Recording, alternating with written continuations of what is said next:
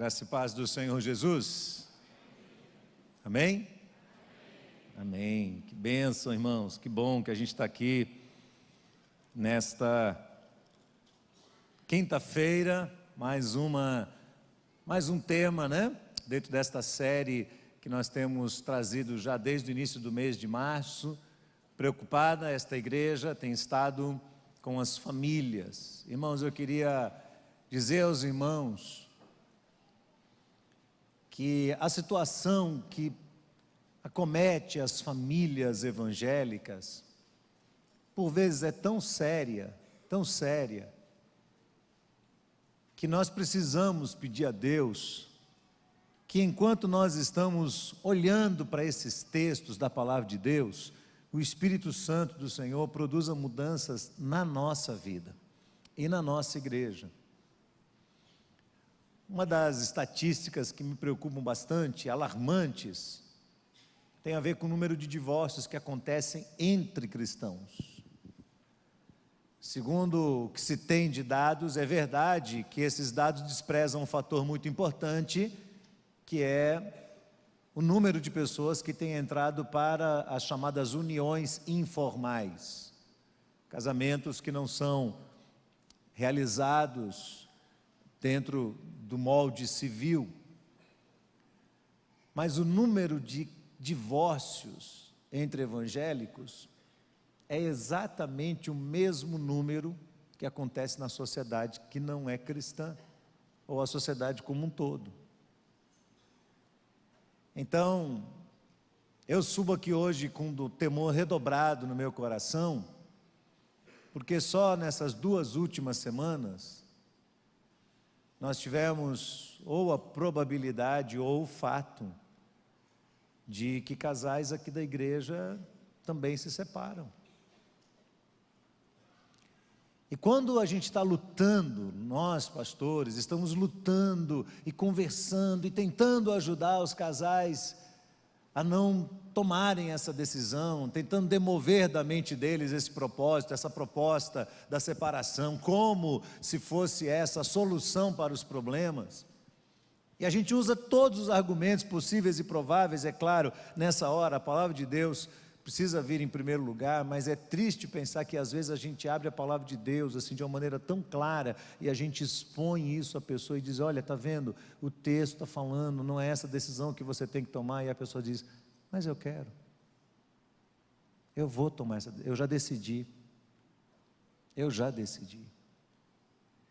Então eu peço a Deus que esses momentos que nós passamos aqui, olhando para as Escrituras, eles transcendam até o que a gente escreve, o que a gente se propõe, né? A gente passa ali, às vezes, um dia inteiro debruçado sobre livros, sobre a palavra de Deus, meditando, escrevendo, para trazer algo aos irmãos, mas é necessário que você que está aqui entenda, Deus quer falar conosco, Deus quer falar com você hoje.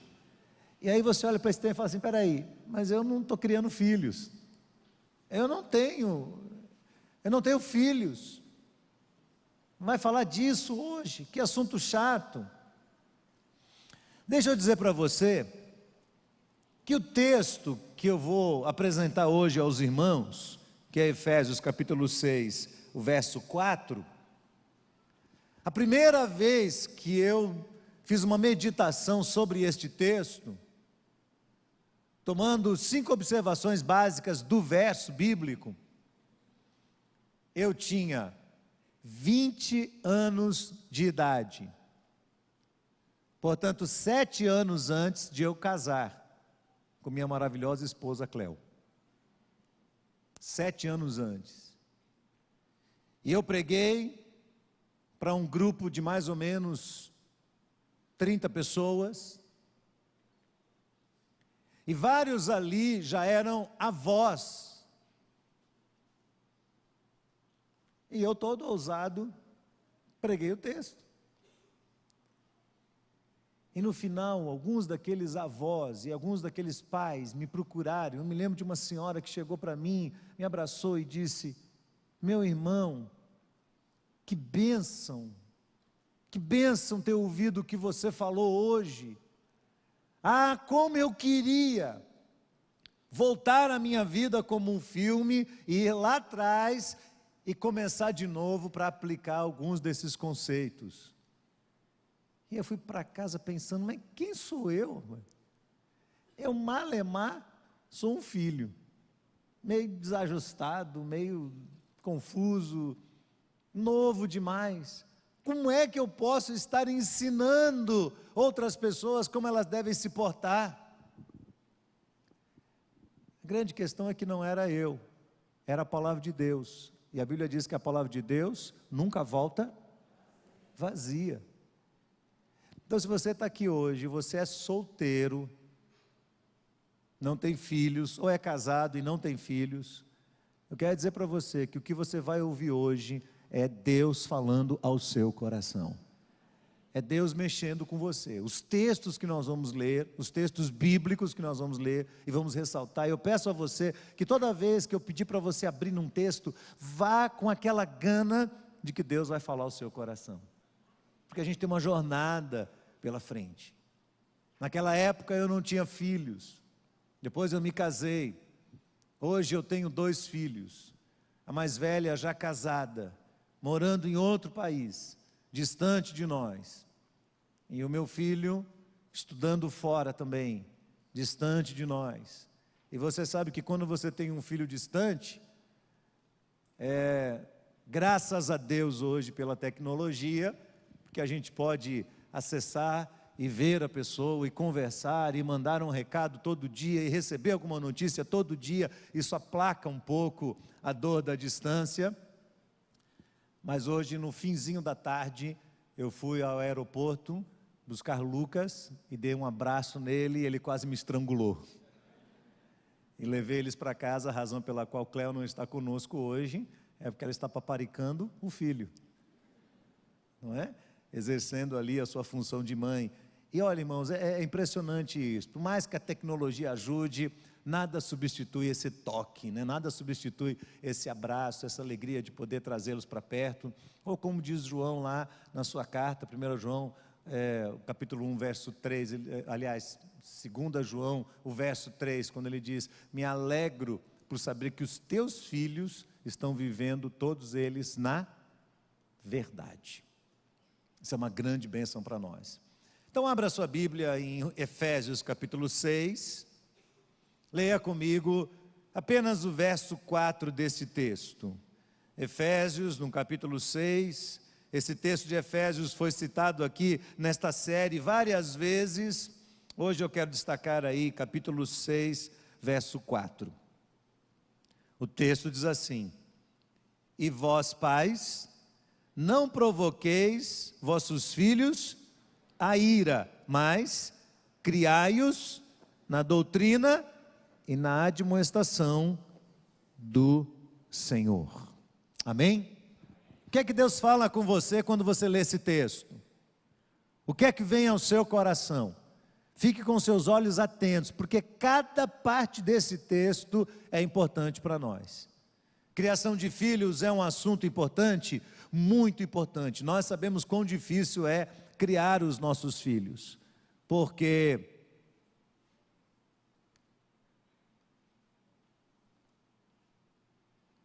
para variar, não funcionou.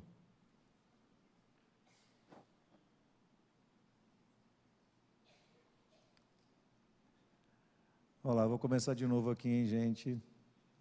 Gente, aqui eu estou falando com vocês não, estou falando com o pessoal lá de baixo, tá?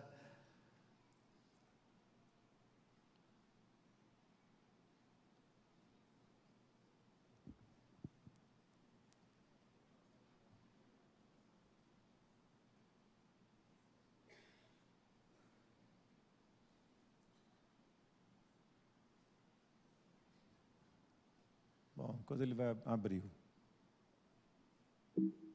Pronto. Vamos lá. Se criar filho fosse fácil, essa função não começaria com algo chamado trabalho de parto. As mulheres que o digam. Não é? Dor de parto. Quem aqui sabe o que é dor de parto? Levante a mão, deixa eu ver. Quem sabe o que é dor de parto? Olha, tem um rapaz que levantou a mão lá. Como assim? Isso que é solidariedade com a esposa, não é? Isso é uma coisa incrível, né? Dor de parto. Se criar filhos fosse fácil, certamente essa função não começaria com algo chamado dor de parto. Porque nós temos, irmãos, um grande desafio diante de nós, um desafio de ajudar os nossos filhos a compreenderem um mundo que nem a gente compreende. Eu não sei se você já parou para pensar no fato de que quando você começa a criar um filho, o mundo ao redor avança de maneira tão rápida que parece que você não consegue acompanhar esse mundo.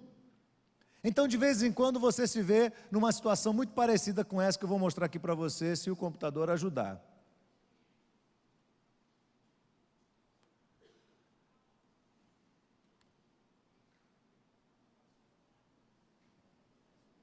Aí, mudou. Parou e desconectou. Sua mãe e eu descobrimos que você está blogando. Nós não sabemos o que isso significa, mas gostaríamos que você parasse. Algum pai e mãe já se identificou com isso? Levante a mão, deixa eu ver. Eu também, muitas vezes. As pessoas falam, o seu filho está fazendo tal coisa, e você fala, mas o que é tal coisa? E você tem que ir lá tentar descobrir o que significa isso, e é um negócio meio confuso, é um negócio que você ainda não entende, mas você precisa orientar o seu filho, mas como é que você vai orientá-lo se isso é algo novo que surgiu agora, nos últimos dias, e a gente fica nesse grande dilema dentro da nossa alma, tentando aqui ajudar os nossos filhos a vencerem os seus próprios desafios.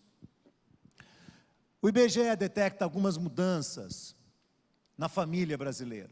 E eu vou passar nisso aqui batido, mas eu quero justificar por que eu quero mostrar algumas dessas mudanças.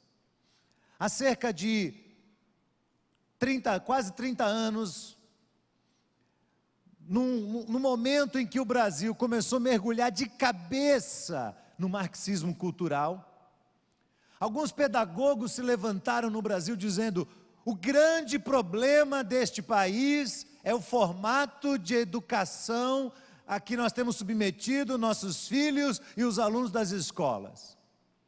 Eles precisam de um formato de educação diferente, de um formato mais livre, de um formato que eles próprios possam construir a partir das suas percepções. Então nós não temos que intervir na vida dos nossos filhos, nós temos apenas que mostrar para eles quais são os caminhos e eles que se virem para formatar o seu próprio jeito de caminhar e o lugar onde eles vão parar e o caminho que eles vão seguir. E aí esperava-se, e isso foi propagado de uma maneira tão intensa em todos os meios, nos meios acadêmicos, nos colégios, no Ministério da Educação, tudo com tanta força, que todo mundo que trabalhava na área de educação começou a se sentir ultrapassado. Puxa, o que é que vem agora? O que é que vai acontecer? Que mudanças são essas que estão aparecendo aí por todos os lados? 30 anos depois, o IBGE começa a apresentar para nós o resultado de cada uma dessas mudanças. Nos últimos 10 anos, a chefia feminina na família aumentou de 23% para 40%. Isso de 2005 para 2015. Olha só para isso. Famílias lideradas especificamente por mulheres, de 23% a 40%, ou seja, quase metade dos nossos lares hoje são chefiados por mulheres. É claro que isso tem muito a ver com o número de separações que tem acontecido, mas tem a ver também com mudança de conceitos que tem acontecido na mente do nosso povo. Em 34% dessas famílias chefiadas por mulheres, há presença de um cônjuge. Mas a Bíblia diz que o homem é o quê? É o quê? Ele é o líder, não é? Vamos lá. O IBGE diz que a taxa média de fecundidade caiu de 2,14 filhos por família em 2004 para 1,74 em 2014. Olha que dado interessante.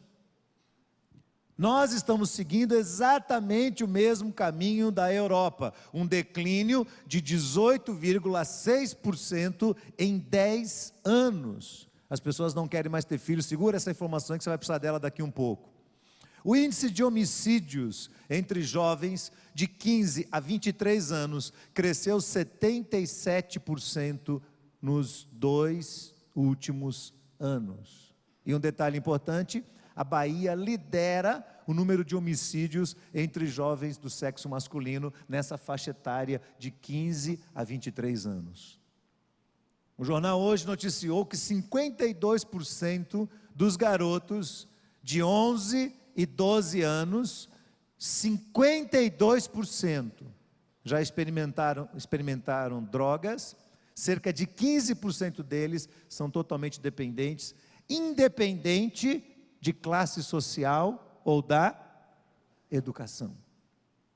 Então, se você quiser confirmar isso, vá nos melhores condomínios de Salvador, nos melhores, nos mais luxuosos. Chegue na portaria e pergunte para o porteiro: vem cá, tem meninos aqui que consomem drogas? Qual é a resposta? Óbvio. A violência nas escolas tem aumentado anualmente em proporção assustadora. Nunca houve no Brasil tantos casos de porte de armas de fogo como hoje. E a violência contra professores está aumentando. Resultado dessas pesquisas: os adolescentes estão se envolvendo sexualmente cada vez mais cedo. A média de iniciação sexual tem girado em torno de 11 anos para as meninas. Irmãos, preste atenção que eu estou falando aqui. As meninas estão iniciando vida sexual com 11 anos de idade. E os meninos com 13 anos de idade. O índice de homossexualismo tem crescido tanto entre meninos quanto entre meninas. Outro resultado dessas pesquisas: o tempo de exposição à TV passou de 4,43 minutos, 4 horas e 43 minutos em 2004, para 5 horas e 35 minutos entre crianças e adolescentes de 4 a 17 anos. Estão consumindo mais televisão. Você vai falar: puxa, mas e a internet? Calma aí. A televisão tem os seus conteúdos aí multifacetados, e ela vai afastando. Olha, isso foi falado por Ana Olmos, que é uma psicoterapeuta infantil do projeto Criança e Consumo. Ela diz que a televisão, com seus conteúdos multifacetados, tem afastado a possibilidade da criança ficar sozinha consigo mesma. As crianças não conseguem mais refletir. Elas não sabem o que é um tempo de solitude, um tempo de tranquilidade para ela parar e pensar um pouco sobre sua própria vida. Então, o que está sendo dito é que essas crianças estão tendo muita dificuldade de ter esse tempo para ficar sozinhas mesmas, que seria para elas um aprendizado fundamental para a vida inteira. As redes sociais, dados de 2017, 86% dos adolescentes de 9 a 17 anos, 86% no Brasil, tem redes sociais, tem perfis nas redes sociais, e permanecem conectados, quanto tempo, irmãos? 24 horas, porque eles dormem com o celular do lado, acordam de noite e acessam de noite. 24 horas por dia. Mais de 60% das crianças de 7 a 10 anos possuem livre acesso à internet, e dessas, 65% disseram que não tem regras, ou tempo determinado para acessar os conteúdos na internet. A Rede Globo fez uma pesquisa há um tempo atrás, não foi bem uma pesquisa, foi uma brincadeira, para poder mostrar a influência da internet, das redes sociais na vida das pessoas, como as pessoas estão agora expondo sua vida. O que eles fizeram? Montaram uma tenda numa praça em São Paulo, e havia nessa tenda um guru que adivinhava fatos sobre a vida da pessoa. E aí as pessoas começaram a fazer fila, e na fila ia alguém fazendo uma anamnese, fazendo perguntas antes: qual é o seu nome e tal, o seu registro, tal, não sei o que, não sei o que, não sei o que, e fazendo perguntas despropositadas, perguntava: você tem Facebook? Tenho, tal. E nisso, a pessoa estava com um fonezinho aqui, lá dentro da tenda tinha alguém acessando a internet, buscava o perfil daquela pessoa na internet. Aí a pessoa entrava para o guru. E sentava na frente do guru e dizia: não me diga nada, vou falar algo sobre você. Os seus amigos têm passeado na Europa. E o guru começava a contar as coisas. E as pessoas começavam a chorar, emocionadas, irmãos. Choravam de pensar: como é que alguém consegue descobrir milagrosamente, sobrenaturalmente, fatos sobre a minha história? É nada, era só uma brincadeira. Depois eles diziam, levar uma pessoa lá atrás e mostrar: ó, sua vida aqui, ó, na internet, totalmente na internet. Veja essa pesquisa que fala sobre os riscos das redes sociais. Essa pesquisa foi realizada com brasileiros de 7 a 12 anos e ela mostra aí alguns dados interessantes. Vou passar rapidamente. A relação das crianças com o mundo digital. 92% dessas crianças estão acessando a rede por computador. 62% por celular e 51% com tablet. 88% delas estão acessando em casa, 13% com os amigos e 10% nas escolas. Na sua casa tem regras ou tempo determinado para usar a internet? Veja as respostas. 20% diz: tem um tempo. 65% disseram: não tem regra nem tempo. E 15% disseram: tem regras. Regras para acessar. Você imagina meninos de 6, 7 anos de idade, 65% deles com um tablet na mão, acessando a internet o dia todo, a hora que quiser. As redes sociais mais preferidas que eles acessam: Facebook, depois o WhatsApp, 32%, 20% YouTube, depois Instagram. E do outro lado, o que eles mais gostam? Gostam do Facebook, 62%, do WhatsApp, 61%, do YouTube, 39% e 8% do Instagram. O que é interessante é você notar a idade mínima para uso. O Facebook diz que você tem que ter 13 anos no mínimo para ser utilizado. O WhatsApp, 16 anos. O YouTube, 13 anos. E o Instagram, 13. Mas quem que vai obedecer esse negócio, gente? O importante é calar a boca do menino, deixar ele quieto. Aí os pais dizem assim: não, é melhor que ele fique aqui do que fique lá embaixo no condomínio com os meninos. Então não tem problema ele ter um perfil, ainda que ele não tenha idade para isso. O que as crianças gostam de fazer na internet e os pais não deixam? 36% gostam de acessar redes sociais. 32% gostam de acessar jogos e filmes violentos. 12% sites de relacionamento. Não, perdão. Eu me enganei aqui. 36% redes sociais, 32% temas impróprios, 32% temas impróprios, depois sim, jogos violentos, sites de relacionamentos, aplicativos e outros mais. Então os pais não gostam e não querem que os filhos acessem. O que os pais não sabem muitas vezes é que eles têm mecanismos para acessar isso, como e quando eles quiserem, do jeito que eles acharem melhor. Pouquíssimos são os pais que conseguem ter o chamado controle parental, que é saber como é que você lida com a máquina, para saber exatamente o que é que o seu filho está vendo na internet. Mas seria isso uma provocação dos evangélicos? Será que é uma coisa que só os evangélicos estão reclamando? Será que isso é intriga da igreja? Será que a igreja é quadrada e ela está atrasada? Não, não é. Veja aí os profissionais que não são cristãos. Veja o que eles estão dizendo. Essa aí é Elizabeth Kibler, ela é uma psicóloga. Ela escreveu um livro chamado Como Criar Filhos na Era Digital. E ela diz: eu trabalho com crianças com quadros de ansiedade e tristeza, porque elas acreditam que elas não são populares, não são bonitas ou magras quanto seus amigos das redes sociais. A rede social se transformou num referencial que, ao invés de encorajar e animar os nossos filhos, está fazendo exatamente o contrário. Está fazendo aumentar o número de meninas que estão cortando os punhos, que estão se dilacerando, que estão se olhando no espelho e estão dizendo: eu não sou feliz. Olha só como as pessoas estão felizes na rede social e eu não estou feliz assim. Um outro livro chamado Os Novos Perigos que Rondam os Nossos Filhos, de Tânia Zaguri. As crianças só têm acesso porque os pais possibilitam. Elas tendem a achar que seus filhos são mais maduros do que realmente são. Os pais não pensam duas vezes em dar aos filhos acesso irrestrito a um aparelho digital. Bom, a gente dá ênfase a isso, porque essa é uma questão que tem tomado todos os nossos lares. Eu me lembro de ter chegado, irmãos, a Ponta de Caieiras. Ponta de Caieiras é uma pequena comunidade de pescadores, ali próximo da Ilha Grande, naquela região de Camamu. E eu cheguei à Ponta de Caieiras um dia, porque nós estávamos com uma equipe médica atendendo no Taipus, do outro lado do rio, e eu atravessei com um barco, porque eu vim buscar uma senhora que estava grávida, com vários problemas, para levar essa senhora para ser atendida. E Ponta de Caieiras não tinha energia elétrica.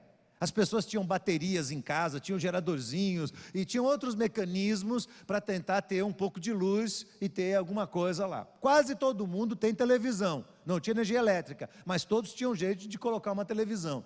Quando eu cheguei na vila, eu desci e comecei a subir, desci na ponte, comecei a subir o barrancozinho. Quando eu cheguei do lado de cima, encontrei de cara 4 crianças sentadas embaixo de uma marquise de um bar fechado. 4 crianças. Que passam aperto, que passam necessidade, que moram num lugar difícil como aquele, e as 4 tinham o que na mão? Celular.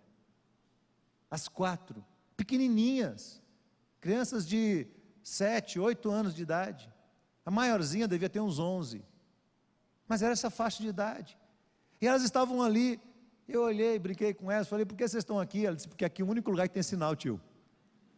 O único lugar da vila inteira que tem sinal é aqui. Então elas estavam ali sentadas nas redes sociais e conversando com pessoas, interagindo com o mundo. Bom, isso poderia ser muito bom, se isso ajudar a ampliar os seus horizontes, abrir a sua mente, mostrar para ela como esse mundo é vasto e quanto elas podem amadurecer a partir da experiência de outras pessoas, trazer algum conteúdo instrutivo para elas. Sim, tudo isso pode ser muito bom, mas a gente sabe que não é assim. Não demora e chegam e falam: eu tenho um negócio para mostrar para você.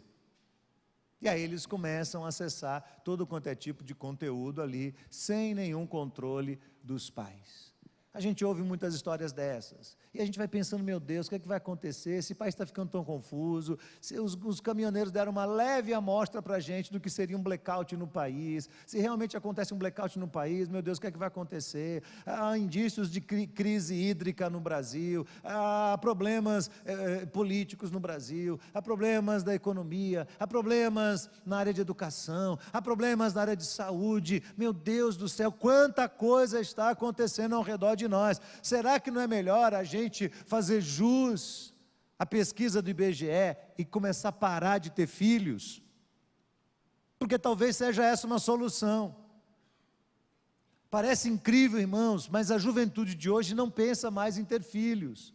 Aquele sonho do passado que uma moça tinha de se casar e ter 2, 3, 4 filhos, isso não existe mais. As meninas falam: não, eu não quero filho para atrasar minha vida, de jeito nenhum. Uma solução para mim aqui, eu não quero mais ter filhos. Eu quero ficar livre desse pensamento. E eu tenho encontrado, mesmo no meio da igreja, muitas jovens que estão solteiras, que não têm namorado ainda, e elas dizem: eu nunca vou ser mãe, eu não quero ser mãe, não faz parte do meu plano, longe de mim isso. O Brasil é um país incerto, então eu não quero saber de ser mãe. E eu tenho dito para elas: olha, antes de você começar a namorar um rapaz, diga isso para ele.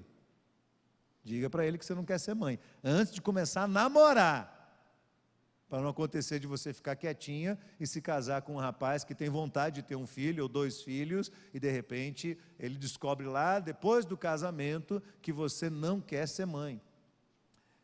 Então o IBGE mostra para nós que a nossa taxa de nascimento de crianças tem diminuído. Estamos em 1,7%. E as pesquisas dizem que se chegar a 1,3%, começa a acontecer o chamado declínio daquela sociedade, que é o que está acontecendo hoje na Europa, especialmente na Alemanha, na Holanda, em alguns desses países, em que a taxa de nascimento tem decrescido demais, e os muçulmanos estão começando a invadir esses lugares e procriar filhos, e a previsão é que em algo em torno de 30 ou 40 anos, a Alemanha seja totalmente islâmica. Totalmente islâmica. Não é? Então são portas que nós estamos abrindo e a gente sabe que não é esse o caminho. A outra possibilidade é a gente olhar para a palavra de Deus e começar a buscar qual é o propósito bíblico para a paternidade e a maternidade. E aí, meus irmãos, quando a gente começa a pensar na perspectiva bíblica, a primeira coisa que você tem que ter em mente é que Deus é Pai. Você pode repetir isso comigo? Deus é Pai. Deus é Pai. Então, com quem nós aprendemos sobre paternidade? Com quem é mestre sobre isso? Com quem melhor ensina sobre isso? E é Deus. Nós estamos aqui porque somos filhos de Deus. Filhos por adoção. Todo ser humano é criatura de Deus, mas nem todo ser humano é filho de Deus. Talvez você estranhe isso, diga, não, mas que preconceito é esse seu? Não, não é um preconceito. O que eu estou falando para você está baseado no texto de João, capítulo 1, verso 6, verso 12, quando ele diz, veio para os que eram seus, mas os seus não receberam, mas a todos quanto receberam, deu-lhes o poder de serem feitos filhos deste Pai Celestial, a saber, aos que creem no seu nome. Todos nós somos criaturas de Deus, e Deus ama profundamente toda a criatura que Ele próprio trouxe à existência neste mundo, mas nem todos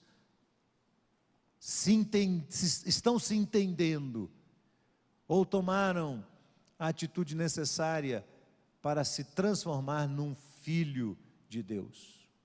Mas a verdade é que Deus é um Pai, e como Pai, Ele é um espelho para nós. Os filhos, o pastor Davi Murk, que esteve aqui alguns anos atrás, diz que os filhos representam uma oportunidade para os pais resgatarem e espelharem a imagem de Deus ao redor da terra. Por isso, há essa sequência, Deus, os pais e os filhos, porque na perspectiva de Deus, a sua glória seria derramada sobre os pais, e essa glória viria dos pais e atingiria os seus filhos, e os filhos iriam perceber a glória de Deus, a presença de Deus, através da vivência com seus pais. O Velho Testamento era todo assim. Não tínhamos tecnologia, não tínhamos o avanço que nós temos hoje da ciência, mas os filhos compreendiam a glória de Deus a partir da vivência com seus pais. Então olhe, por exemplo, o Salmo 127, versos 3 e 5. Eis que os filhos são o quê? Herança, né? Veja o primeiro destaque aí, herança. O que significa herança? Eles são a segurança, eles são a força, eles são a permanência, eles são a continuidade, a descendência desses pais. Eis que os filhos são herança do Senhor, e o fruto do ventre o seu galardão. A segunda palavrinha aí é galardão, não é? Se o computador me ajudar, vai ser uma bênção.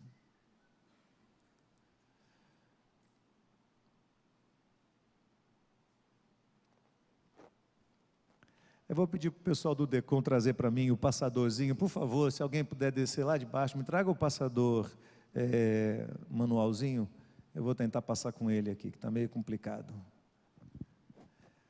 Então os filhos são esse galardão, não é? De Deus, como flechas na mão do guerreiro, são os filhos da mocidade, bem-aventurado o homem que enche deles a sua aljava. Olha, começou a aparecer agora.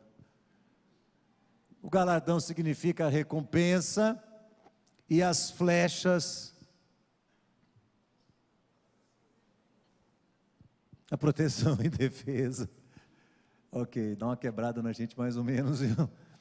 Eis que os filhos são a herança de Deus, eles são segurança, eles são força, eles são a certeza da nossa descendência ter continuidade e ser fortalecida.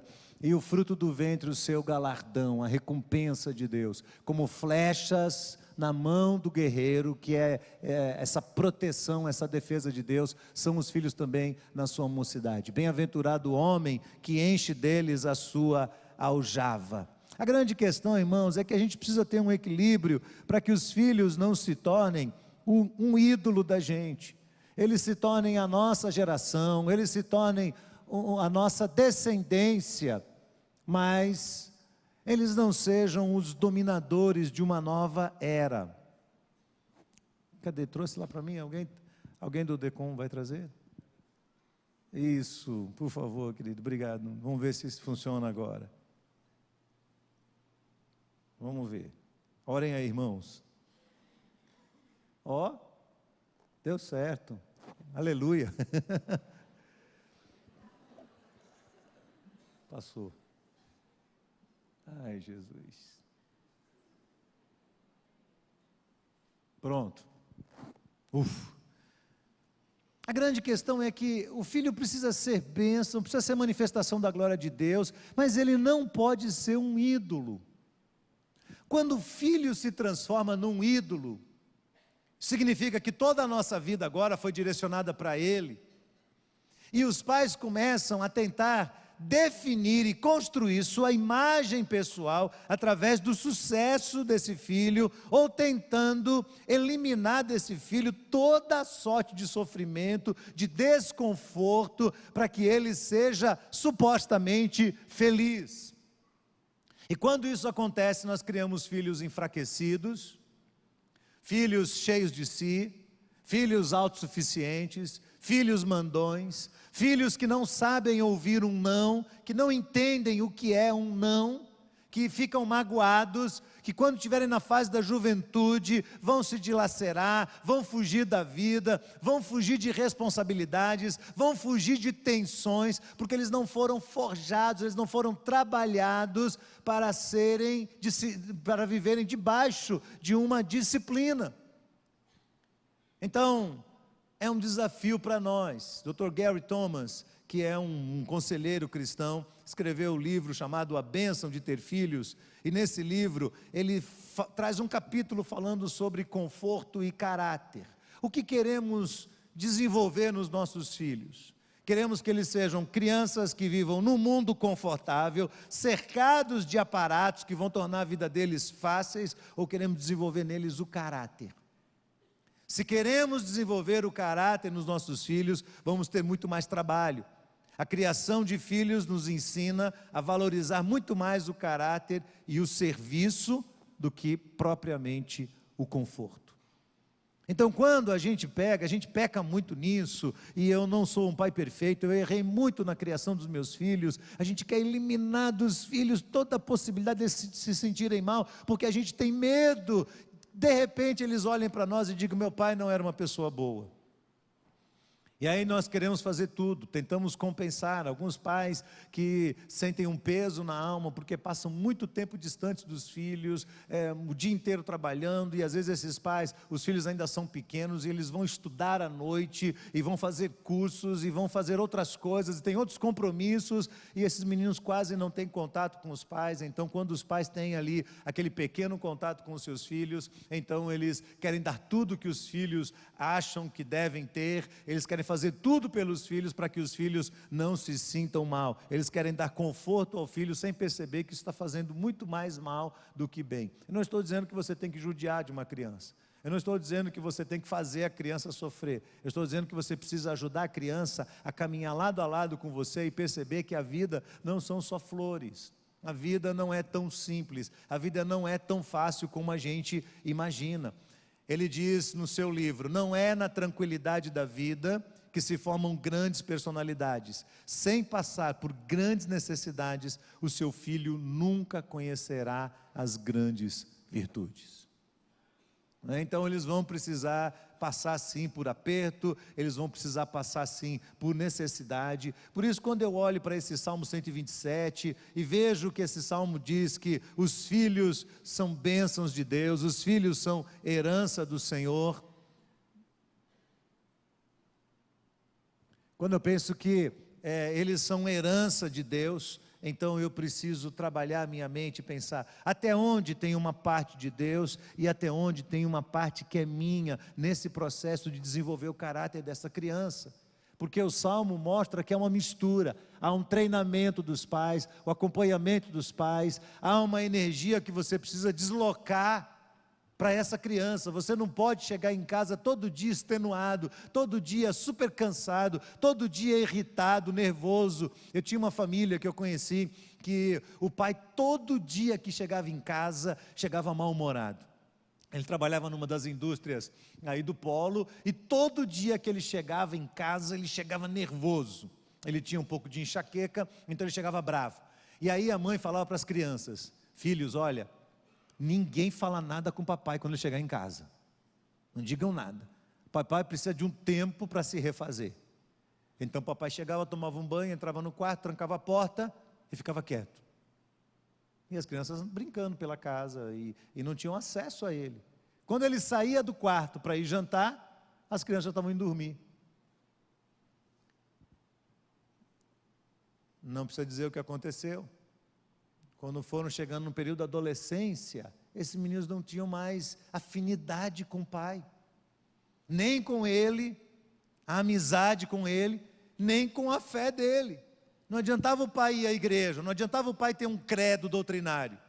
Eles queriam ter uma relação com este homem, mas ele estava sempre tão cansado, com tanta enxaqueca, tão extenuado, tão nervoso, tão bravo, que ele não tinha energia para brincar com os filhos. Era um menino e duas meninas, e não tinha mais tempo de brincar com eles, não tinha tempo de fazer nada, e era aquele tempo terrível que ele precisava para se recuperar. Você precisa ter energia, você precisa crer na soberania de Deus, mas tem a parte que é humana. Você sabe que Deus é a sua proteção e a sua defesa. Quando o Salmo diz que a geração vai ser abençoada no futuro, irmãos, e a gente precisa pensar nisso, que a infância dos nossos filhos é o investimento que nós estamos fazendo nele para a nossa própria velhice. Não que essa deva ser a nossa motivação, mas nós precisamos pensar sobre isso. O que queremos quando chegar na velhice? Queremos que os nossos filhos estejam cuidando dos interesses deles, da vida deles, e eles estejam tão ocupados com seus compromissos pessoais, que eles esqueçam que tem um pai velho em casa, uma mãe velha em casa, já idosos, precisando de assistência. Isso começa na criação, isso começa no tempo em que você mesmo está cuidando dos seus filhos. Portanto, quando eu olho para Efésios 6,4, esse texto que nós lemos no começo: vocês pais, não provoquem seus filhos a ira, mas criem os seus filhos na disciplina e na admoestação do Senhor. Eu vejo nesse texto 5 destaques muito importantes que eu quero fazer para você neste momento. Primeiro destaque: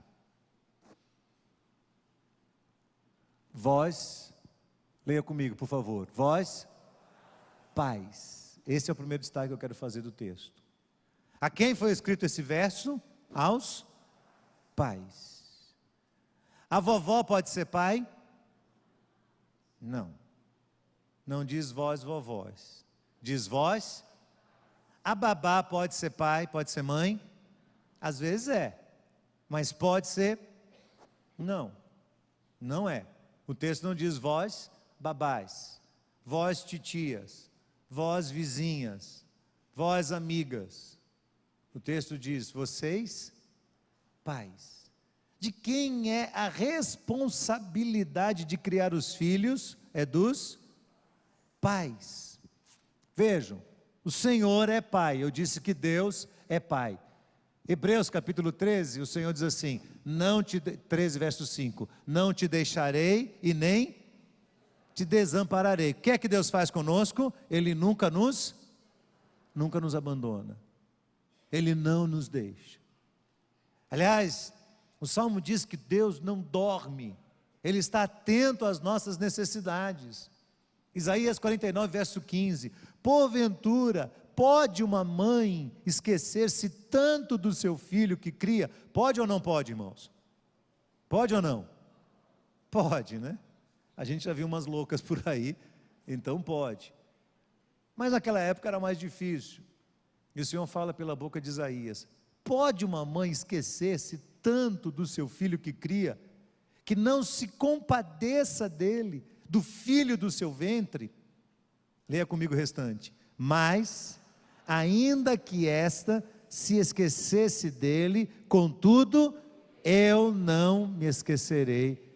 Louvado seja Deus, né? Porque Deus é nosso Pai. Nós somos felizes porque temos Deus cuidando de nós, temos Deus nos acompanhando em nossas necessidades, em nossos problemas, em nossas lutas, e Ele não nos abandona. Por isso a tarefa de criar filhos é dada a nós, para que a gente reproduza nos nossos filhos aquilo que Deus faz conosco. Eu sei, alguns vão dizer assim, mas pastor, como eu faço para cobrir o orçamento da família? Nós dois temos que trabalhar, eu e minha esposa, e mais, o trabalho está exigindo tanto de nós, que a gente precisa de mais especialização, a gente precisa de um estudo maior, a gente precisa dar um passo a mais, a gente precisa, e aí sai o pai, 3 períodos de casa, sai a mãe, 3 ou 2 períodos de casa, e essas crianças ficam um tempão ao Deus dará. Eu sei que você providencia tudo, você arrumou uma boa babá, ou a vovó veio morar com você para poder ajudar, e você deu um tablet na mão do menino para poder ele sossegar um pouco, então um pouquinho ele fica no tablet, um pouquinho na televisão e tal, e de vez em quando alguém desce com ele, dá um brinco um pouquinho lá embaixo e volta, e ele fica nesse mundo, nessa vida. Ou então alguns pais faziam assim, bom, eu sei o que eu vou fazer, eu vou dar algumas atividades para o meu filho, das 7 ao meio-dia ele está na escola, depois ele almoça, depois ele vai para o inglês, depois ele vai para o judô, do judô ele vai para o karatê, do karatê ele vai para a natação, da natação ele vai para o espanhol, do espanhol ele vai para a academia e depois ele vem para casa. O menino chega assim, não aguenta mais, e os pais não percebem que tudo isso aí não é um preparo para a criança, é um jeito de dizer assim, ó, alguém tem que ficar com ele enquanto eu estou empenhado em trabalhar para pagar isso tudo. Se um dia você conversar com o seu filho, talvez você ouça dele, pai, não era isso que eu queria de você, pai, eu preferia hoje não saber nadar, não saber falar inglês direito, não ter um físico bem escultural, eu não precisava ter nada disso, eu queria ter você, queria ter minha mãe mais perto, queria poder conversar mais com vocês. É sério isso, irmãos, Deus não se esquece de nós, por isso a tarefa de criar os filhos é dos pais e mães, não terceirize isso, não coloque isso na mão de uma outra pessoa. Eu tenho sempre dado conselho aqui a pais e mães, não trabalhem o tempo todo, não trabalhem 2 ou 3 períodos por dia, não se ocupem os 3 períodos para você ver seus filhos só no final de semana, isso não vai ser saudável ao equilíbrio emocional desses filhos. Segundo destaque do texto, leia comigo, não provoqueis vossos filhos a ira, não é? Pais, não provoquem seus filhos a ira. O que é provocar o filho a ira? Se você ler o texto de Colossenses, capítulo 3, verso 21, que é um correlato, Paulo diz assim, vós pais, não irritem os seus filhos, para que eles não fiquem desanimados, desencorajados. E a pergunta que todos nós que somos pais devemos fazer é, como é que eu posso irritar o meu filho? Eu fui atrás desse provocar, essa palavra provocar no hebraico significa forçar a criança a agir com ímpeto, levar a criança a reagir de uma forma violenta. Aí você diz assim, mas meu filho não faz isso, pode não fazer agora. Essa provocação não é só aquela provocação momentânea, é algo que você faz hoje e que pode reverberar na vida desse jovem, desse adolescente, nos próximos 15, 20 anos. Então talvez alguns de nós não consigam entender por que é que esses meninos chegam na época da adolescência e eles ficam tão nervosos, tão irritadiços, e a gente diz assim, é hormônio. E uma boa parte mas não é 100% hormônio, irmãos. Na adolescência os filhos estão reagindo há muito do que aconteceu lá na infância. É o momento em que eles começam a se apresentar a nós, a mostrar a sua opinião, a colocar para fora alguns dos seus sentimentos ou ressentimentos. É nessa fase da adolescência, 13, 14, 15 anos de idade, você começa a ouvir dele coisas que você nunca imaginou, e eles começam a falar, essas coisas estão guardadas dentro deles, você fala, por que ele está agindo assim comigo? Talvez tenha a ver com algum tipo de atitude, com a impaciência, com a falta de cuidado, a falta do manejo na disciplina, ou a ausência, a indiferença, fatores que agora estão vindo à tona, porque provocaram essa criança a ira. Eu pensei em alguns fatores a mais que podem provocar. Um deles é a rejeição. O outro é o abandono. A criança tende a se sentir rejeitada e abandonada, ainda que os pais estejam trabalhando para o futuro delas. Meu filho, o papai trabalha muito, porque ele quer que você vá para uma boa faculdade. A criança não consegue processar isso, porque por enquanto, faculdade é bom na cabeça de quem? Do pai, não do menino. Você vai ter que despertar nele, sim, esse senso de valorização pelo que você faz por ele, mas se você estiver ausente, isso não o abençoa, isso o agride, ele tende a visualizar isso como rejeição e abandono. Os maus tratos, pais que às vezes tratam mal mesmo, descuidam dos filhos, não cuidam das suas necessidades físicas, não, às vezes disciplinam com muita força, machucam a criança no momento de raiva, de ira, pai irado, mãe irada, pelo amor de Deus, não vai disciplinar seu filho ao sabor da ira, você vai machucar essa criança, daqui a pouco a gente vai ver isso, tome cuidado, porque hoje você sabe como é que a própria sociedade reage a essa tendência de pais de tratarem mal os filhos. O abuso psicológico, não é? Quer dizer que o menino, enfim, destacar aspectos físicos da criança. Eu me lembro que uma vez, eu estava numa igreja, e era Ministério de Famílias, e a igreja tinha por costume, sempre, todo domingo, vinha uma família orar na frente e cantar. E foi uma família lá com 3 filhos. A menina do meio devia ter na época uns 12 anos de idade. E quando chegou ali, os 3, as crianças envergonhadas na frente da igreja, o pai, com toda a sabedoria, disse, irmãos, meus filhos não são lindos? Olhe para minha menina, ela não é linda demais, irmãos? Mas olha só o tamanho do pé dessa menina. A menina fez assim, ó. Ela estava com um vestidinho rosa, eu estava sentado atrás, porque eu ia pregar naquele dia. Eu vi a menina fazer assim, se encolher na hora. Porque o pai fez o quê? Expôs ela publicamente. Ela já, imagina a vergonha que essa menina tem do pé dela. O pai ainda dá uma dessa. Então tem que haver um cuidado da parte do pai e da mãe, aquilo que se fala, não é? Você não vai dar nada na vida.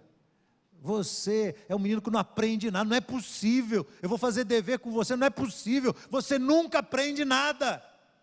E aí na raiva de querer que a criança faça a coisa no seu tempo, não no tempo dela, você acaba agredindo verbalmente essa criança. A indiferença, o mau exemplo, porque não adianta você querer ter palavras se você não tem atitudes. As palavras convencem, mas o exemplo arrasta, traz a criança para perto de você. As palavras torpes, pais que falam palavrão mesmo perto dos filhos, às vezes até xingam os filhos. Ô menino, você é um... E falam mesmo. Pais que se dizem crentes e usam palavras torpes quando sabem que a palavra de Deus condena isso. A impaciência dos pais, querer que a criança faça as coisas tudo no seu tempo, não estou dizendo que você não deva desenvolver disciplina na criança. Sim, ela tem horário para acordar, ela tem horário para chegar na escola e tudo mais. Mas cuidado para que a sua vida impaciente não afete a vida dessa criança. Irmãos, o número de jovens adolescentes que estão hoje entrando em crise na escola, na tensão, no estresse, porque não conseguem administrar essa exigência que está sendo imposta sobre eles, que eles têm que ser o aluno perfeito, as notas perfeitas, tem que passar na universidade, tem que passar na melhor nota do Enem, tem que fazer, tem que acontecer, e as meninas estão pirando de tanta exigência em cima deles. A raiva ou a omissão dos pais. Todos esses são fatores que provocam os filhos a ira. Terceira, vamos ler juntos lá? Criai-os. Vocês, pais, não provoquem os filhos a ira, mas criem. A palavra criar em português significa gerar, dar origem, extrair do nada ou formar. Mas no grego, a palavra ektrefo significa nutrir. Olha que interessante isso. O vocabulário grego ele é mais extenso do que o vocabulário português. Olha que interessante a tradução. Significa nutrir, cuidar da infância até a maturidade. Exatamente como diz Provérbios, capítulo 22, verso 6. Ensina o menino no caminho em que deve andar, e quando ele for maduro, não se desviará dele. Não é? Então, o processo de criar é algo mais profundo, algo mais intenso, algo que vai fazer com que você se envolva com todas as etapas da vida da criança, seja ela pequenininha, que precisa de todos os cuidados para sobreviver, seja ela na idade que começa a caminhar, na idade que ainda é uma criança, na idade que é um junior, um adolescente. Pai e mãe têm que se transformar em adolescentes nessa época, e tem que estar junto com os seus filhos, e tem que caminhar com eles, e ser o esteio deles em toda a fase da sua vida. A autonomia do ser humano é alguma coisa assustadora, irmãos. Abre sua Bíblia nesse texto aí. Porque eu sei que uma coisa que deve estar na cabeça de alguns aqui é o seguinte: pastor, eu fiz tudo isso que você está falando aí e deu tudo errado no meu filho. Eu sei disso, irmãos. Eu não estou dando aqui uma receitazinha fácil que você vai fazer A, B e C e o resultado vai ser absoluto. Porque nós temos autonomia. O Senhor diz assim, Isaías capítulo 1, verso 2 e 3. Ouvi, ó céus, e dai ouvidos, tu, ó terra, porque o Senhor tem falado. Criei filhos, engrandeci esses filhos, mas eles se rebelaram contra mim. O boi conhece o seu dono, o jumento a manjedoura do seu dono, mas Israel não tem conhecimento, o meu povo não me entende. Eu sei que muitos pais, talvez aqui nessa noite, se eu pedisse para levantar a mão, vários levantassem a mão dizendo: pastor, o senhor não sabe o quanto eu me esforcei, o quanto eu me doei, o quanto eu fiz, plantei a palavra de Deus na cabeça dos meus filhos, mas chegou um momento em que eles não quiseram nada. Isso pode acontecer? Claro que pode. Claro que pode. Deus criou Adão e Eva, não é verdade? E eles tiveram 2 filhos, e um dos filhos se rebelou contra toda a família e matou o irmão. A Bíblia mostra infinitos exemplos de pais e mães que eram tementes a Deus, que eram piedosos, que confiavam no Senhor, mas que amargaram a tristeza de ver os seus filhos mais tarde se afastarem do caminho de Deus. Você não deve estranhar isso. Talvez alguém pergunte assim: mas pastor, o texto não diz lá que quando for velho não se desviará dele? O que o texto diz é que aquilo que você plantou nunca sai de dentro dele. Não significa que ele vai tomar todas as decisões baseadas nisso, porque ele é autônomo. E a Bíblia diz: cada um dará contas de si mesmo a Deus. Cada um de nós. É nossa responsabilidade plantar o tempo todo, plantar a palavra de Deus o tempo todo no coração deles, e esperar que ela frutifique, e que nossos filhos sejam criados, sejam nutridos da infância até a maturidade com a verdade de Deus, e se transformem em verdadeiros seguidores da graça do Senhor. O próximo, na disciplina do Senhor. E aí eu quero chamar você para ler alguns textos comigo. Abre a palavra de Deus em Hebreus, abra rapidamente esses textos, porque a gente não pode deixar de olhar para cada um deles aqui. Hebreus no capítulo 12, verso 7.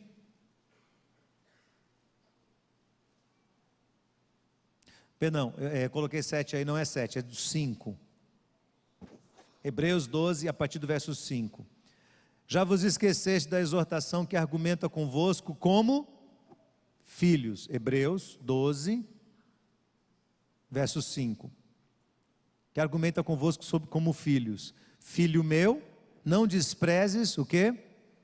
A correção que vem do Senhor. E não desmaies quando por ele fores repreendido, porque o Senhor corrige aquele que ama e açoita qualquer que recebe por filho. Se suportais a correção, Deus vos trata como filhos. Porque que filho há a quem o pai não corrija? Mas se estáis sem disciplina, da qual todos são feitos participantes, então sois bastardos e não filhos. Além do que tivemos nossos pais, segundo a carne, para nos corrigirem, e nós os reverenciamos. Não nos sujeitaremos muito mais ao Pai dos Espíritos para vivermos, pois aqueles, na verdade, por um pouco de tempo nos corrigiam, como bem lhes parecia, mas o Senhor para o nosso proveito, para sermos participantes da sua santidade. Na verdade, toda correção no presente não parece ser de gozo, senão de tristeza, mas depois produz um fruto pacífico de justiça nos que são exercitados por ela. Então o texto diz: Deus nos ama, e porque nos ama, nos corrige, nos disciplina. Disciplina não é prova de falta de amor, de ausência de amor. Disciplina é prova de amor. Se você, como pai ou mãe, deixa de disciplinar os seus filhos, você não está transmitindo amor a eles, você está transmitindo falta de amor. Disciplina é algo fundamental. Há toda uma polêmica em torno da disciplina, a partir de alguns textos que a gente vai ler aqui. Veja comigo aqui alguns textos. Provérbios capítulo 22, verso 15.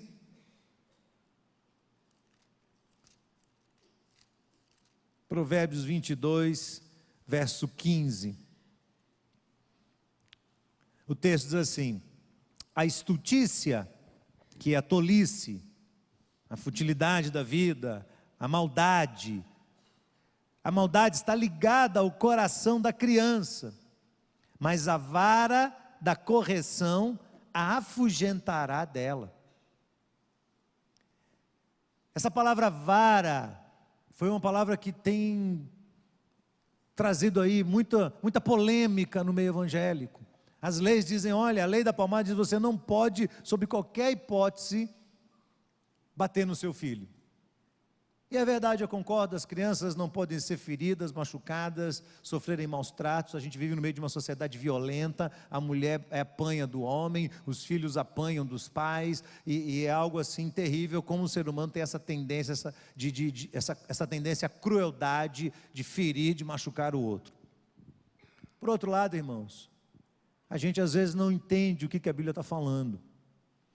Quando meus filhos eram pequenos, nós tínhamos lá em casa um pedacinho de cinto desse tamanho. Era um cinto cortado, desse tamanho assim. E ele tinha um nome. O nome dele era Bravo. Então, quando o Lucas e Bia começavam a aprontar as dele, ele falava assim, o Bravo vai vir aqui cantar uma música. Resolvia tudo rapidinho. Mas um dia o Lucas tentou testar o Bravo. E no ímpeto de uma criança, ele desafiou o Bravo. E o Bravo cantou. Então uma coisa que a gente sempre tinha em mente era, quando precisava disciplinar crianças, tem que ter muita sabedoria que você vai fazer. Não faça no impulso. Respira fundo, você deu uma ordem, ele desobedeceu, você deu de novo, ele desobedeceu, e aí você fala, olha, você está me desobedecendo, e se ele continua desobedecendo, não dá mais para ficar conversando, negociando. Respira fundo, pega ele, leva para um banheirinho, fecha a porta. Um calor. Pai, está quente aqui, vai ficar mais ainda, você nem sabe. Você viu o que você fez? Vi. Você bateu na sua irmã. Bati. Por que você fez isso? Aí conversa.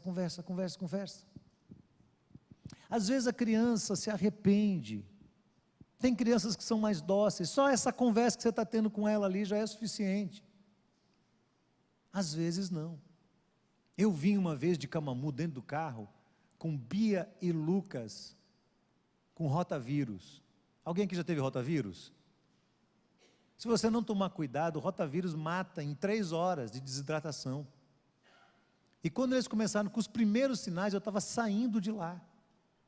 Eu não sei como eu vim na estrada, trazendo essas crianças, vomitando no caminho, mas uma viagem terrível. Cheguei correndo, pedi preferência no ferry, atravessei, fui direto para o hospital, cheguei no hospital, a médica já pegou os dois, já levou para dentro, já começou a hidratar e começou a cuidar, enfim, estavam lá sob os cuidados médicos. A enfermeira veio cuidar dele. Veio tirar aqui, arrumar o scalpo que estava no braço dele. Ele tratou ela muito mal. E ela tentando trabalhar e ele brigando com ela. E eu do lado, meu filho, não faça isso. Filho, ela está cuidando de você. Eu não vou deixar. E ele pequenininho, chorando, dizendo, eu não vou deixar, ela não vai pegar no meu braço. Sim, ela vai pegar no seu braço, filho. Não, ela não vai. Ela vai pegar. Não, ela não vai. E aí a moça veio, ele tratou ela mal, ela falou, deixa, daqui um pouco eu volto. Ela saiu. Aí eu conversei. Vai tratar ela bem? Vou. Ela voltou. Quando ela voltou, o que ele fez? Tratou mal de novo. Mas tratou como eu nunca tinha visto ele tratar mal uma pessoa. Falei, meu filho, paciência tem limite. Peguei o soro dele, carreguei ele na cama, saí com o soro, no corredor, fui no banheiro, pendurei, sentei, botei ele no meu colo e falei, agora você passou do limite. E ele levou 3 palmadas no bumbum, dentro do banheiro do hospital. Chorou, olhei para ele, papai ama você, mas o que você fez está errado. Ele disse, eu sei, papai, então agora nós vamos voltar para lá, eu quero ver como é que você vai tratar a enfermeira. Voltei, coloquei ele na cama, chamei a enfermeira, ela chegou, ele fez assim.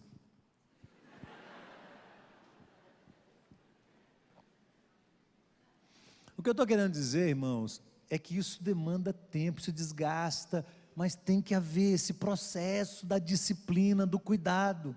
Veja aí, Provérbios, nós já lemos aqui, né? A estultícia está ligada ao coração da criança, mas a vara da correção afugentará dela. Veja o capítulo 19, verso 18. Castiga o teu filho enquanto há esperança, mas não deixe que o teu ânimo se exalte até matar o menino. Olha o que ele está falando, cuidado para você não atropelar essa criança, para você não ser intenso. Às vezes uma boa conversa vai resolver, às vezes um castigo vai resolver, outras vezes 2, 3 palmadas ali naquele lugar que já foi feito para Deus, por Deus para isso, vão resolver. Mas não deixe de disciplinar, não deixe de orientar, não deixe de dizer um não. O texto de 1 Samuel, capítulo 4, verso 18, mostra para nós, irmãos, a situação trágica dos filhos de Eli, que desobedeceram a Deus, e Deus manda um profeta à casa de Eli, que era o sacerdote, dizer para ele, Deus vai castigar você, porque você simplesmente se recusou a disciplinar os seus filhos. E a gente sabe qual é o resultado disso. Os 2 filhos de Eli morrem porque eram desrespeitosos com o tabernáculo, com os sacrifícios, se aproveitavam, aprontavam, faziam o que queria, eram desordeiros, desobedientes, rebeldes, blasfemavam contra a verdade de Deus. E Deus corrigiu Eli, dizendo, você não corrigiu seus filhos, você não disciplinou seus filhos. E o texto mostra que Eli, ao receber a notícia de que os filhos dele haviam morrido e a arca de Deus havia sido levada embora, ele estava sentado numa cadeira e ele cai com a cadeira para trás, bate a nuca no chão e morre. Morte trágica para um sacerdote de Deus, para um homem que foi muito usado por Deus, outrora foi grandemente usado por Deus para ser uma bênção na vida de outras pessoas, inclusive do rei Davi. Então preste bem atenção nisso, tome bastante cuidado, porque como pai, nós temos esse dever, essa responsabilidade de corrigir e de orientar bem nossos filhos, para que eles não cresçam achando que o mundo gira ao redor deles, ao contrário, eles precisam ser também disciplinados e respeitosos em todos os lugares. E por último o texto fala sobre a admoestação do Senhor. Vamos ler esse texto aqui, Deuteronômio, capítulo 6, versos de 6 a 9.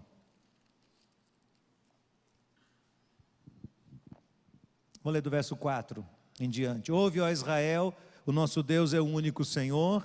Amarás, pois, o Senhor teu Deus de todo o teu coração, de toda a tua alma, de todas as tuas forças. Esse era o chamado dos judeus.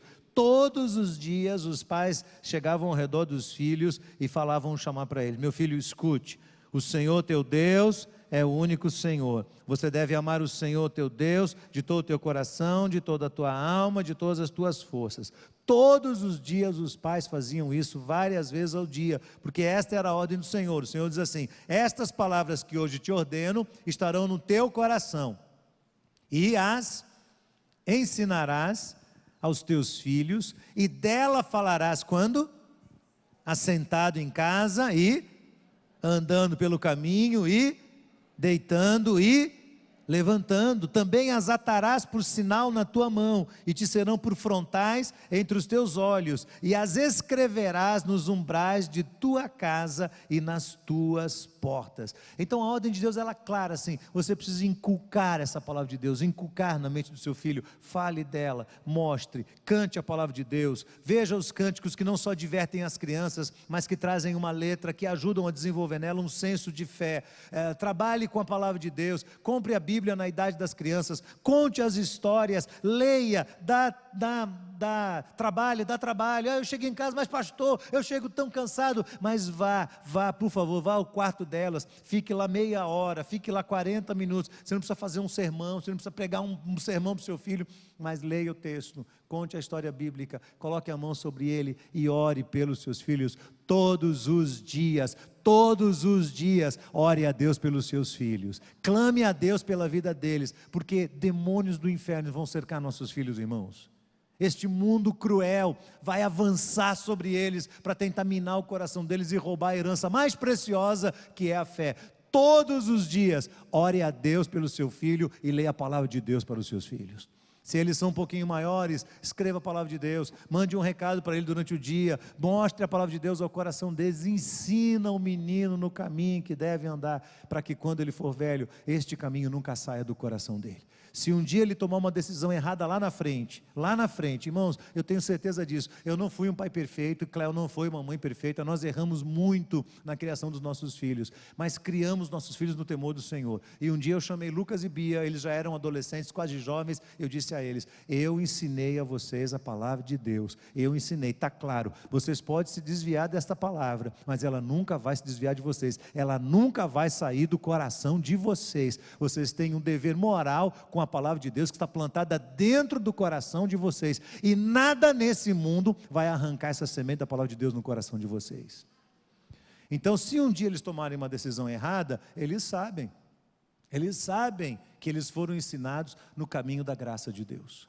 E eu vou sofrer muito, vou chorar muito, choraria muito se isso acontecesse, mas teria minha consciência tranquila diante de Deus, de que eu fiz a minha parte ensinando todos os dias a palavra de Deus ao coração dos meus filhos. Faça isso, é a palavra do Senhor, guarde essa palavra de Deus no coração, isso é a demonstração do Senhor, é o ensinamento formal das Escrituras ao coração do seu filho. Criar filhos é uma bênção, através da qual nós pais vamos ser transformados. Você não tem ideia do quanto Deus vai trabalhar com você, você não tem ideia do quanto Deus vai santificar a sua vida espiritual. Você que não é uma pessoa voltada a orar, você não tem ideia o quanto criar filhos vai fazer com que você dobre os joelhos e comece a orar. Você não tem ideia do quanto filhos vão gemer, e você vai ter que clamar ao Senhor por eles, vai ter que colocar seu joelho no chão, e vai dizer: Deus, tem misericórdia deles, tem misericórdia deles, tem misericórdia deles, até que um dia você se acostume, os seus joelhos fiquem calejados, e eles até melhorem de vida, e eles até passem por uma nova etapa, mas você vai continuar de joelhos lá, porque o Senhor vai ensinar isso para você. Quantas vezes você vai ler a Bíblia para os seus filhos e Deus vai falar ao seu coração? Quantas vezes vocês vão estar brigados, o casal vai estar brigado, e você vai lá no quarto ler a Bíblia com o seu filho, e você vai dizer assim, o diabo vai dizer assim para você: não vá não, é hipocrisia, você acabou de brigar com sua mulher, para que vai ler a Bíblia para o filho? Vá lá e leia a Bíblia, porque quando você estiver lendo lá, o Espírito Santo vai falar com você. E quando você sair do quarto do seu filho, o seu filho vai ser abençoado com a palavra de Deus, e ela vai frutificar dentro de você, e você vai voltar para o quarto e vai pedir perdão para sua esposa também. É uma construção, irmãos, de algo que a palavra de Deus faz para nós. Criar filhos é uma bênção, através da qual nós pais vamos sendo transformados dia a dia na nossa compreensão e na nossa busca pela verdadeira paternidade. Onde está a verdadeira paternidade? Na relação minha com o Pai Celestial, na minha relação com o Pai Celestial. Então essa busca da verdadeira paternidade nos é dada na oportunidade de criar os nossos filhos. Que Deus nos ajude nesse grande desafio. Na próxima semana, o nosso tema vai ser: o que vai acontecer quando esses filhos avançarem um pouco mais, quando se tornarem adolescentes, quando se tornarem mais jovens e começarem a ter autonomia? O que é que vai acontecer? Como é que eu lido com eles? Eu já não tenho mais esses filhos em casa, eu já não consigo mais orar com eles, eu já não tenho mais tempo para isso, ou já passou, eles já cresceram, e agora? O que é que eu faço? Vamos continuar olhando para a palavra de Deus, vamos deixar Deus continuar falando no nosso coração. Eu queria dizer aos filhos que estão aqui, que vocês prestem muita atenção em seus pais. Fiquem bem atentos a seus pais, porque vai chegar um dia na sua vida em que você vai recordar coisas que seus pais disseram lá atrás, e elas vão vir com muita clareza na sua mente. Eu vim agora do aeroporto indo para casa, e o Lucas sentado no banco de trás do carro, 21 anos, compartilhando as experiências desse estágio. Eles fizeram um estágio agora de 18 dias, viajando por vários lugares, rodaram 4.500 quilômetros, 5 mil quilômetros mais ou menos, eles rodaram, indo para lugares muito complicados, para lugares perigosos nos Estados Unidos, e para centros de recuperação, e servindo pessoas, e pregando a palavra de Deus, e cuidando de pessoas. Ele falou: pai, algumas pessoas agridem a gente, é impressionante, você vai dar comida. Eu cheguei para um camarada lá, um viciado, e eu fui levar comida para ele, e ele olhou para mim e falou assim: o que você quer comigo? Você é mais um daqueles que vai chegar aqui, e daqui 2 dias vai embora, e a gente vai continuar aqui na nossa miséria. Ele ficou assustado assim: meu Deus, eu nunca lidei com isso. E as experiências e coisas, e ele veio falando coisas no carro, e na minha cabeça passou um filme rápido. Quantas vezes nós já conversamos sobre essas coisas no passado, mas agora essas experiências começam a se incorporar na vida dele, e a palavra de Deus, a mensagem do Evangelho, a semente da palavra de Deus continua firme lá, e ela vai enraizando, ela vai crescendo, ela vai frutificando para a glória de Deus. Vamos orar nesse instante? Vamos ficar de pé, vamos orar pelos pais que estão aqui. Eu quero chamar os pastores aqui à frente, e nós vamos orar ao Senhor, agradecendo pela palavra de Deus e pedindo: Deus, nos ajuda a olhar para esses textos todos e a colocar esses textos debaixo do cuidado do Senhor. Eu queria que o pastor Reinaldo viesse aqui. O pastor Reinaldo tem sido para mim um exemplo de um pai que ora por seus filhos. Talvez alguns não conheçam essa experiência dele e de Teca, sua esposa. Pastor Reinaldo tem tido alguns desafios muito grandes na criação dos seus filhos, e eu tenho aprendido muito com ele. E eu tenho visto nele esta pessoa que dia a dia tem dobrado seus joelhos em casa, diante dos desafios imensos da criação dos filhos, de algumas decisões que eles tomam, e ele e a esposa se mantido fiéis na intercessão por seus filhos. Então vamos orar agora, vamos orar por aqueles pais, os pais que querem oração aqui hoje. Levante sua mão, diga assim: por favor, ore por mim, pastor, ore por mim. Fique com sua mão levantada enquanto estiver orando. Pense nos seus filhos, pense na sua família, não importa que idade seja, clame pela misericórdia de Deus. Eu creio, irmãos, que Deus vai fazer um milagre nas nossas vidas hoje. Eu creio em algo muito especial que o Senhor pode fazer no coração de cada um de nós. Mas quando você estiver com a sua mão levantada, diga para Deus: eu quero obedecer a tua palavra também, Senhor, porque eu sei que o Senhor vai fazer a tua parte, mas eu também quero fazer a minha. Amém, irmãos? Querido Deus, muito obrigado, Pai, porque a tua graça tem se derramado sobre nós. Nós compreendemos que o Senhor é o nosso único Deus, e que a tua palavra é o manual da vida que o Senhor deixou para nós.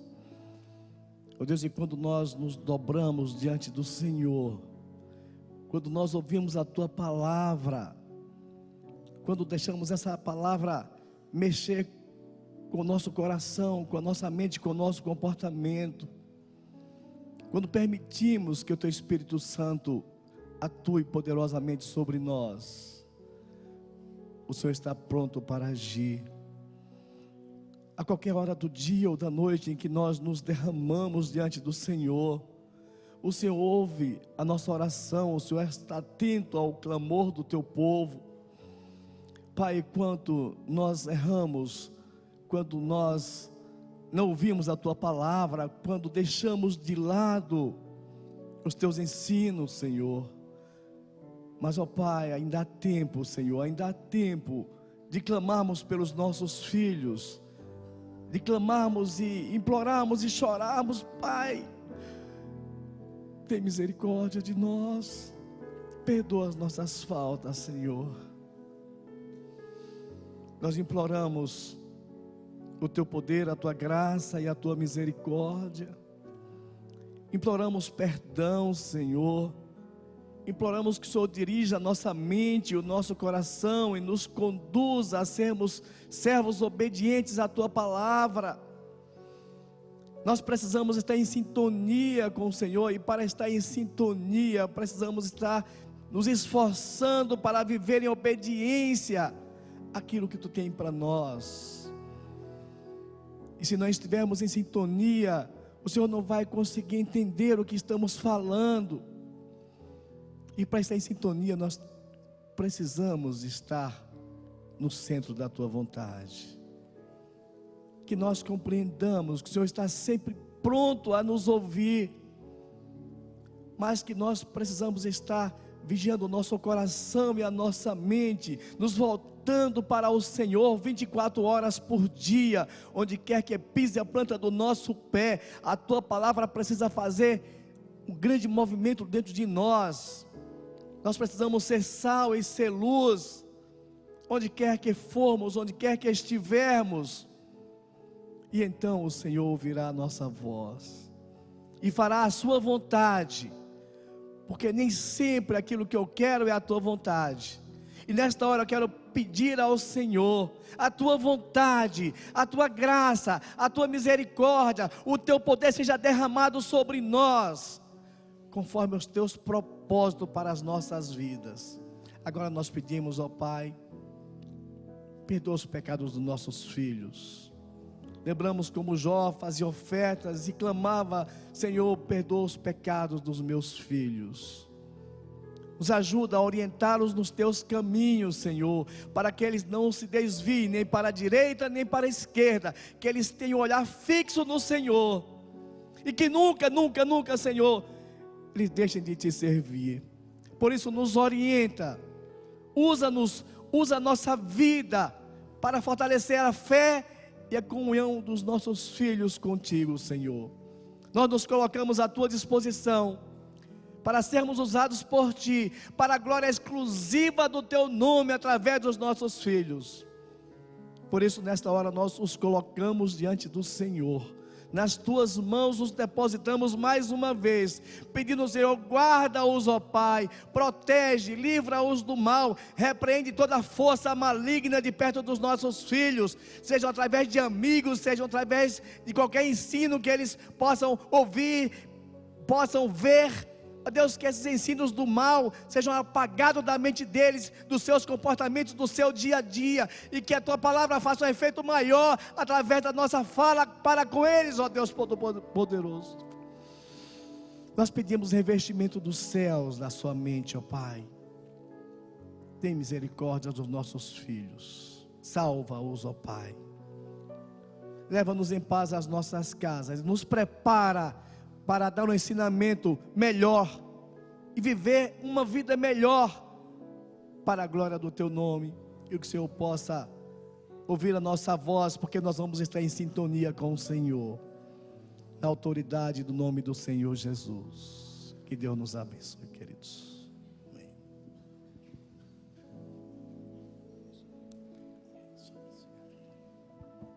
Deus abençoe, queridos. Vamos em paz.